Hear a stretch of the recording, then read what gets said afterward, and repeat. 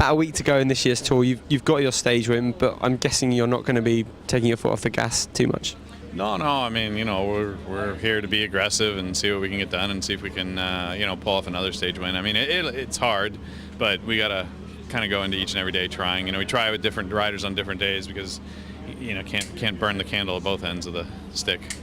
And tell us about Dan Martin. This is his debut in the Tour de France, so it's been a bit of a mixed ride for him. Yeah, he's been suffering a little bit. He caught a cold, which kind of turned into a little bit of bronchitis, and but he's kind of coming out the other end of that. So I think if he can survive today and rest up tomorrow, and get some good sleep underneath him, then he'll get to do something interesting in the Pyrenees.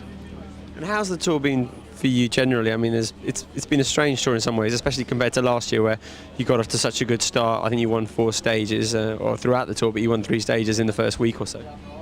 Yeah, I mean, obviously this has been more of a struggle for us for sure. I mean, we just had a lot of bad luck, and but end of the day, the guys have held together pretty well, and the dinner table has continued to be happy and smiling and laughing, and it's never gotten too morose, and so because of that, the guys have been able to dig themselves out and start looking at stage wins and reforming new objectives.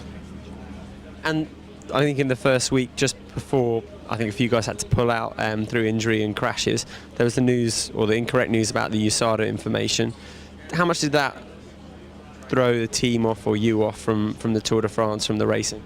Well, I mean, we knew it was incorrect, so it was annoying, and it was annoying for one day, but that didn't, the crashes were totally separate from that. That was just bad luck. It wasn't, not interrelated. On a personal level, and for the team, I mean, you put yourself out there as a clean team. Is it frustrating for you that you come to the Tour de France and you're faced with those sort of headlines? Well, again, I mean, I think, the USADA press release said it all. I mean, for us, we stick by what our, philosophy is and what our mission statement has been from the beginning, and it'll always be that way. If people misperceive that or somehow, Dutch agencies sort of throw something out there that misconstrues what the reality is, I can't do anything about that.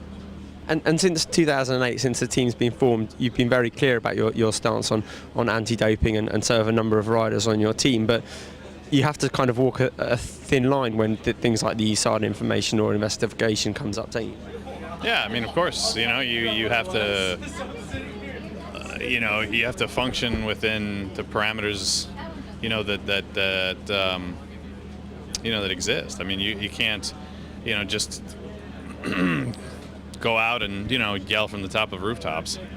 Do you sometimes feel you create that pressure for yourselves because of your clean stance on, or your image on doping, because the media don't hang out beside other team buses in the same way, asking other team directors about anti-doping as much? No, for sure. I mean, at the end of the day, we've put ourselves out on a limb, and we have to live and die by that.